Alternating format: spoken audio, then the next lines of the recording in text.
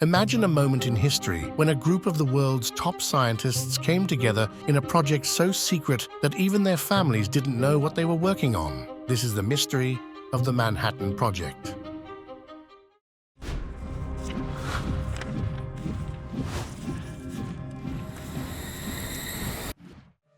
In 1939, Europe was on the brink of war. Germany was aggressively expanding, and the scientific community was deeply worried about the potential military uses of recent advances in nuclear physics. Two European scientists exiled in the United States, Albert Einstein and Leo Szilard, understood the potential threat of an atomic bomb in Nazi hands. Together, they wrote a letter to President Franklin D. Roosevelt alerting him to this possibility. This led to the creation of the Advisory Committee on Uranium, which started investigating the potential of uranium for nuclear fission. However, the real push came in 1941, when intelligence reports suggested that Germany was already working on an atomic bomb. In June 1942, the Manhattan Project was officially established.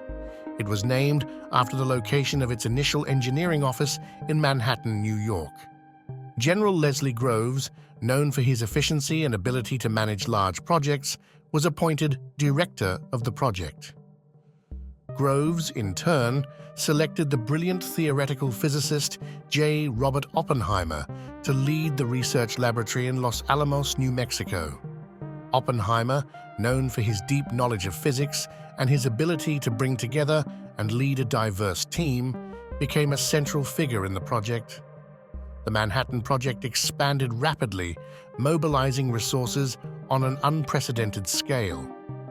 Over 130,000 people worked on the project, which cost nearly $2 billion at the time, equivalent to more than $28 billion today.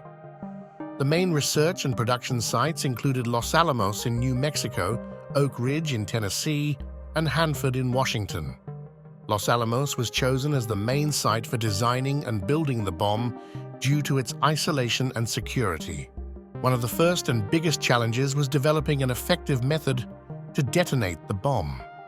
Two types of bombs were designed, one using uranium-235 called Little Boy, and another using plutonium-239 called Fat Man.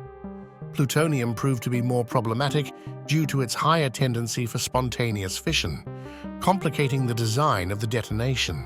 At Hanford, nuclear reactors were built to produce plutonium-239 from uranium-238. These reactors irradiated uranium to transform it into plutonium, which was then extracted through a complex chemical process.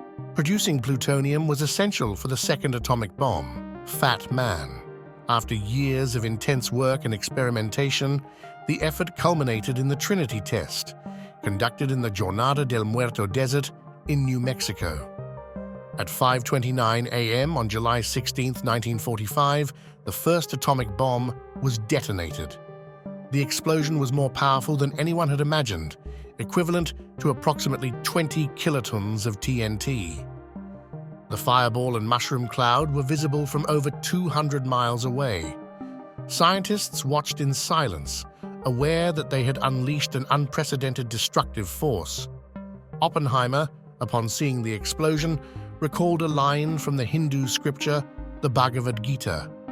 "Now I am become death, the destroyer of worlds." With the successful Trinity Test, the United States was ready to use the new weapon in the war against Japan. On August 6, 1945, the B-29 bomber Enola Gay dropped a uranium bomb called Little Boy on the city of Hiroshima. The explosion, equivalent to 15 kilotons of TNT, destroyed about 90% of the city and killed approximately 80,000 people instantly. Tens of thousands more died later from injuries and radiation effects. 3 days later, on August 9, 1945, another bomb, this time made of plutonium and called Fat Man, was dropped on Nagasaki. The devastation was similar, with about 70,000 people killed instantly.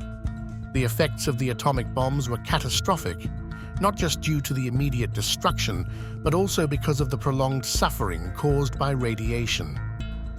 These bombings precipitated Japan's surrender on August 15, 1945, ending World War II. The decision to use atomic bombs has been intensely debated ever since. The Manhattan Project didn't just change the course of the war, it transformed global politics and technology. The nuclear age had begun, with its promises of unlimited energy and threats of massive destruction. Atomic bombs showed an unprecedented destructive power and led to a radical shift in global politics and the arms race during the Cold War. The Manhattan Project is a reminder of the power and responsibility that come with scientific and technological advancement. It invites us to reflect on how we use our knowledge and the consequences of our actions. Humanity's ability to create both destruction and progress depends on our decisions and values. If this story intrigued you and you want to learn more about other fascinating historical and scientific events, don't forget to subscribe to my channel, like this video, and leave your comments.